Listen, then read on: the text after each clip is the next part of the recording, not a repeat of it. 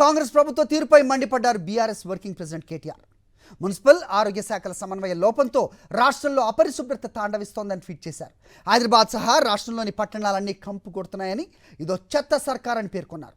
Seasonal వ్యాధులు ప్రజలు ఇబ్బందులు పడుతున్నారని, దవాఖానాలన్నీ కూడా రోగులతో నిండిపోయాయన్నారు. ప్రజలు అనారోగ్యంతో అలమటిస్తుంటే పాలకులు మాత్రం ఆర్ఆర్ ట్యాక్స్ వసూళ్లలో బిజీగా ఉన్నారని పేర్కొన్నారు కేటీఆర్.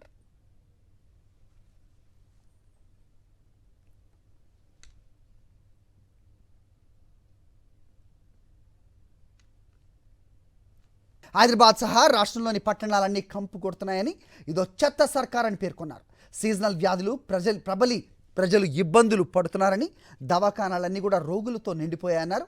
ప్రజలు అనారోగ్యంతో అలమటిస్తుంటే పాలకులు మాత్రం ఆర్ఆర్ ట్యాక్స్ వసూళ్లలో బిజీగా ఉన్నారని పేర్కొన్నారు కేటీఆర్.